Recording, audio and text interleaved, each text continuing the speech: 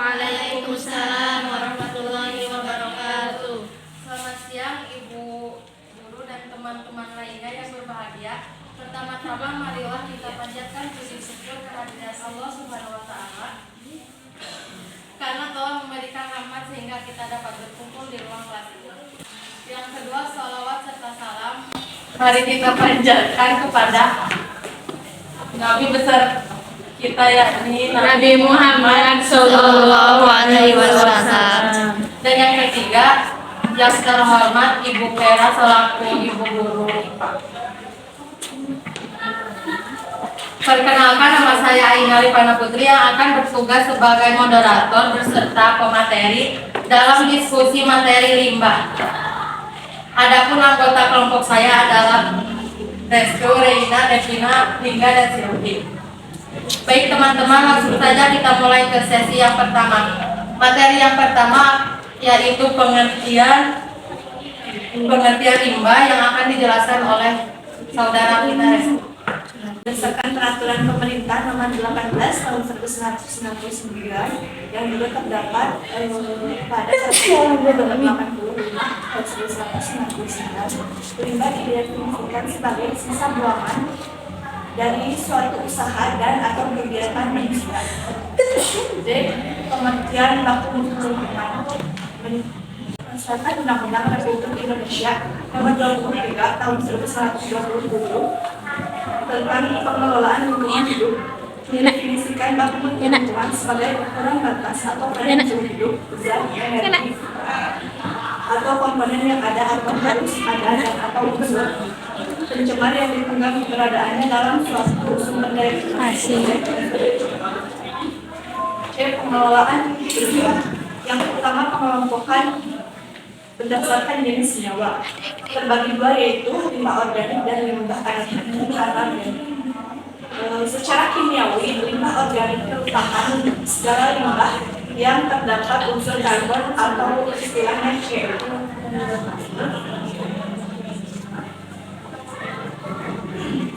Sedangkan secara teknis, limbah organik yaitu limbah yang hanya berasal dari makhluk hidup atau alami dan sifatnya mudah busuk.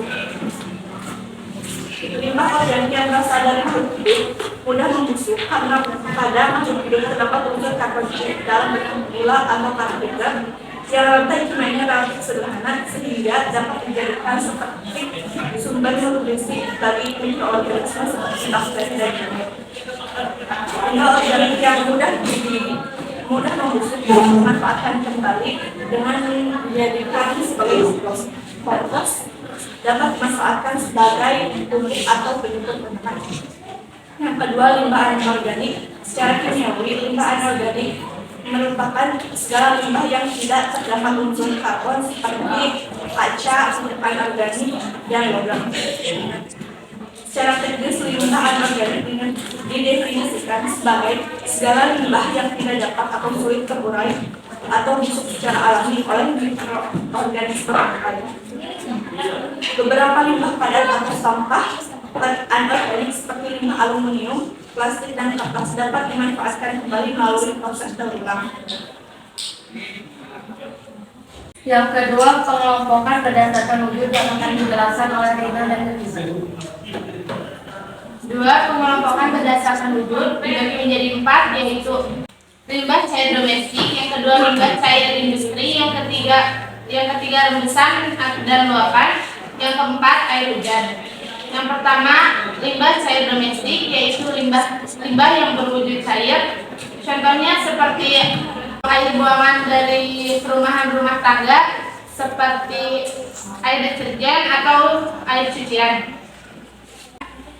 Yang kedua, limbah cair industri, yaitu limbah yang berwujud cair. Contohnya seperti air buangan dari sisa pencucian daging. Yang ketiga yaitu rembesan dan luapan, yaitu limbah cair yang berasal dari sumber melalui rembesan ke dalam tanah atau melalui luapan dari permukaan. Contohnya air buangan talang atap. Yang ketiga air hujan, yaitu limbah cair yang berasal dari aliran hujan dari permukaan tanah. Baik, selanjutnya limbah padat. Limbah padat merupakan limbah yang sangat sering kita temui di lingkungan sehari-hari kita. Menurut istilah teknik, limbah padat diklasifikasikan menjadi 6 bagian. Yang pertama, limbah organik, yaitu limbah yang mudah membusuk dan juga mudah terurai. Lalu yang kedua ada sampah anorganik dan juga organik yang tidak terurai. Dan yang ketiga ada sampah abu, merupakan sampah hasil pembakaran. Dan yang keempat ada sampah bangkai binatang. Dan kelima ada sampah kesatuan, contohnya seperti dedaunan yang ada di jalan. Lalu yang terakhir adalah sampah industri, yaitu sampah hasil buangan dari industri. Dan yang selanjutnya ada limbah gas. Limbah gas biasanya dibuang ke udara, dan di udara ada beberapa unsur kimia seperti O2, CO2, N2, H2, dan juga NO2. Lalu ada 10 jenis limbah gas yang pada umumnya ada di udara. Yang pertama, karbon monoksida, yaitu gas yang tidak berwarna dan juga tidak berbau. Dan ada karbon dioksida, yaitu gas yang tidak berwarna dan tidak berbau. Lalu nitrogen dioksida, yaitu gas berwarna dan juga berbau. Lalu ada sulfur oksida, yaitu gas yang tidak gas yang tidak berwarna tetapi berbau. Lalu ada asam klorida, yaitu gas yang berupa uap. Dan selanjutnya ada amonia, yaitu gas yang tidak berwarna tetapi berbau. Lalu ada metan, yaitu gas yang berbau juga. Dan juga ada hidrogen klorida, yaitu gas yang tidak berwarna. Dan juga ada nitrogen sulfida, yaitu gas yang berbau menyengat. Dan yang terakhir ada klorin, yaitu gas yang berbau menyengat. Dan yang ketiga, pengelompokan berdasarkan sumber yang akan dijelaskan oleh saya sendiri. Pengelompokan berdasarkan sumber ada 4. Yang pertama, limbah domestik. Dan yang kedua, limbah industri. Yang ketiga, limbah pertanian. Dan yang keempat, limbah pertambangan. Yang pertama, limbah domestik, yaitu limbah yang berasal dari pemukiman penduduk atau rumah tangga dan kegiatan usaha seperti pasar, restoran, dan juga perkantoran.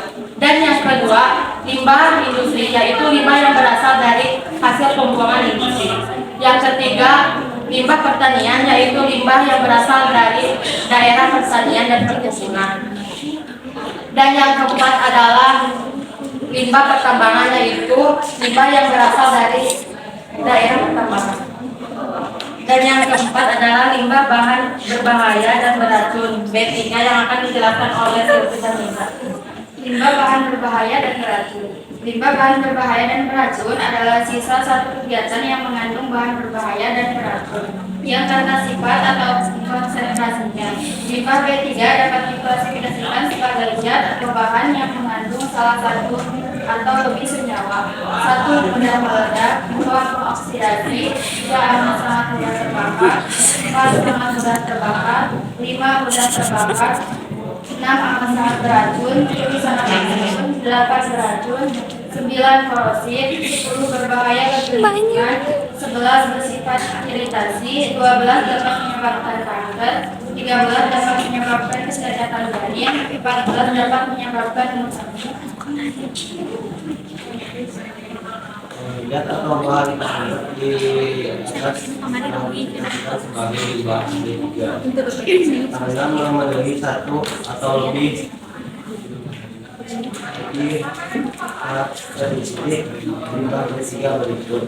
Limbah mudah meledak, yaitu limbah yang pada suhu tekanan standar 20 derajat Celcius dapat meledak atau melalui reaksi kimia dan fisika. Limbah mudah terbakar, yaitu limbah yang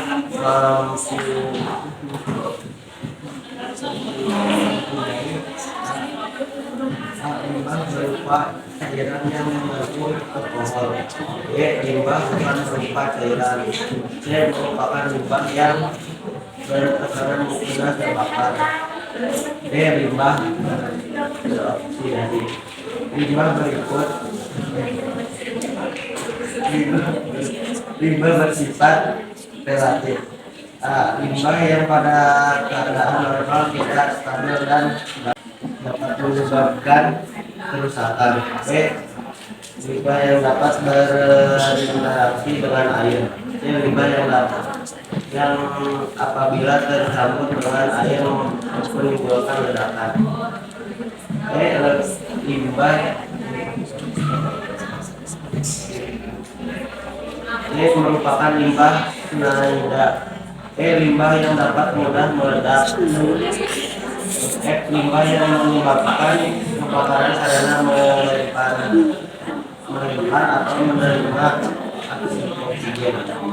Limbah beracun yaitu limbah yang mengandung pencemaran yang bersifat racun bagi manusia atau lingkungan. Limbah yang dapat menyebabkan kematian. Limbah yang menyebabkan interaksi yaitu limbah kedokteran. Limbah bersifat korasif yaitu limbah yang mempunyai salah satu sifat berikut: A. Menyebabkan iritasi. B. Menyebabkan proses penakaran pada renteng baja. C. Mempunyai PTL sama kurang dari 2 untuk limbah bersifat asam dan sama atau lebih besar dari 12,5 untuk yang bersifat baja. Bersifat basa. Mungkin ada yang bertanya. Pertanyaan dari Bro ya. Sebutkan contoh produk yang ada di rumah yang mengandung limbah bahan berbahaya dan beracun.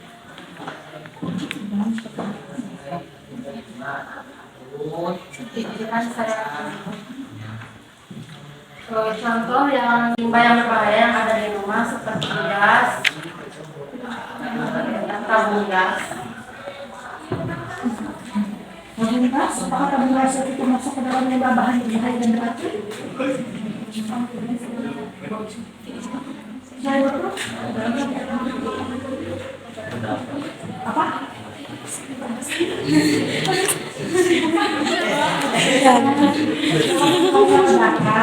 Nah, selain itu, produk yang ada di rumah yang termasuk ke dalam golongan limbah bahan berbahaya dan beracun.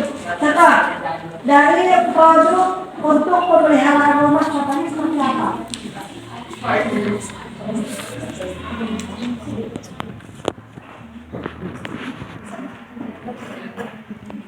Apakah ada terjadi termasuk? Yang ada di rumah seperti apa?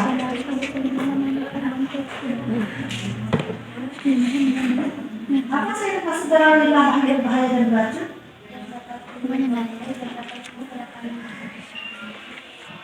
Jelaskan kembali tanpa open prinsip-prinsipnya lagi. Jelaskan apa yang dimaksud dengan limbah bahan berbahaya dan beracun. Masa tidak bisa coba? Tadi siapa yang menjelaskan? Nah, kita kan kebanyakan orang tidak memahami apa sih yang dimaksud dengan limbah bahan berbahaya dan beracun. Kalau yang surya yang mengandung bahan berbahaya beracun dan karena sifat ataupun konsentrasinya baik secara langsung maupun tidak langsung dapat merusak lingkungan hidup. Nanti ada bisa itu lainnya. Coba cek ini seperti apa? Dan termasuk ke dalam limbah bertiga yang terdapat pada lingkungan rumah. Cek ini seperti apa? Produk otomotif. Sebenarnya seperti apa? Kendaraan otomotif. Betul, ya dari produk otomotif bisa. Sebenarnya seperti apa?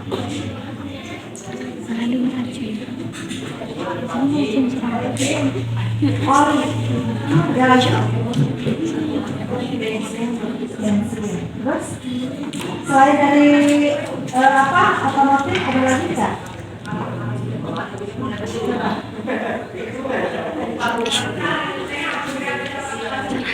Racun sitrus, kalau racun sitrus apakah termasuk ke dalam produk otomotif? Tidak. Ada lagi?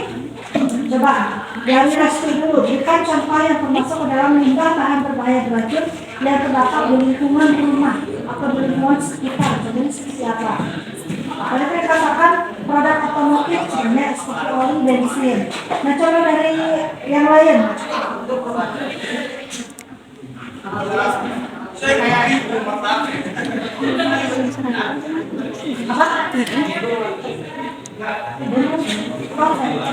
Apakah termasuk keluarga?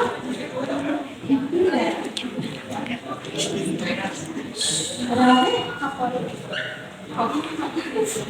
Kapolri termasuk ke dalam kelompok yang mana? Aina.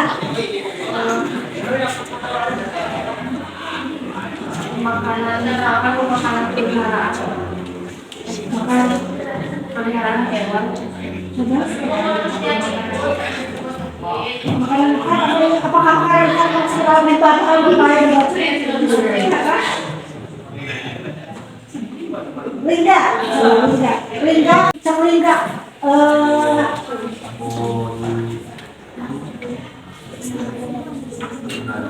di lantai bisa. Itu juga bisa kan?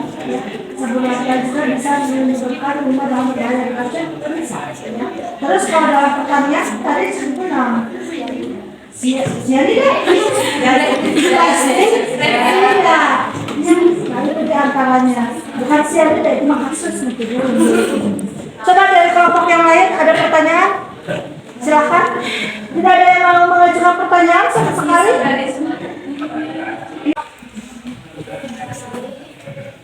Yang dimaksud limbah yang bersifat reaktif. Oke. Jelaskan apa yang dimaksud dengan limbah yang bersifat reaktif. Mau saya paham. Limbah yang bersifat reaktif adalah limbah yang pada keadaan normal tidak stabil dapat menyebabkan perubahan tanpa ledakan. Limbah yang dapat bereaksi hebat dengan air. Limbah yang apabila tercampur dengan air berpotensi menimbulkan ledakan, menghasilkan gas, buah, dan lain-lain. Merupakan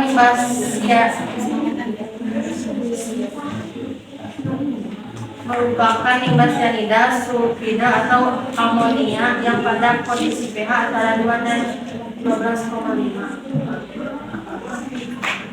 Gimana Nisa? Sudah? Ada lagi? Tidak?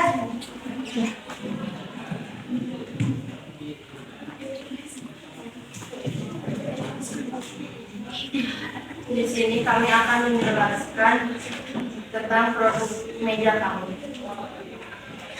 Meja ini dibuat dari ekrok, bahan Anorganik yang susah terurai oleh mikroorganisme seperti sampah, plastik, dan juga botol.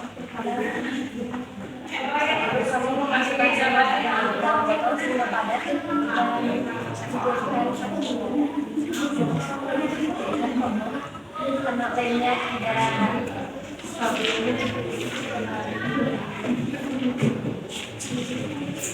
dan kita setelah itu kita menyusun tempat-tempat atau lebih juga kapal ya.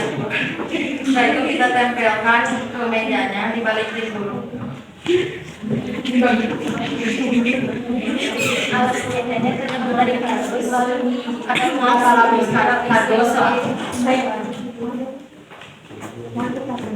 Demikian presentasi kelompok kami. Sebagai moderator dan anggota, kami meminta maaf apabila banyak kesalahan. Wassalamualaikum warahmatullahi wabarakatuh. Waalaikumsalam.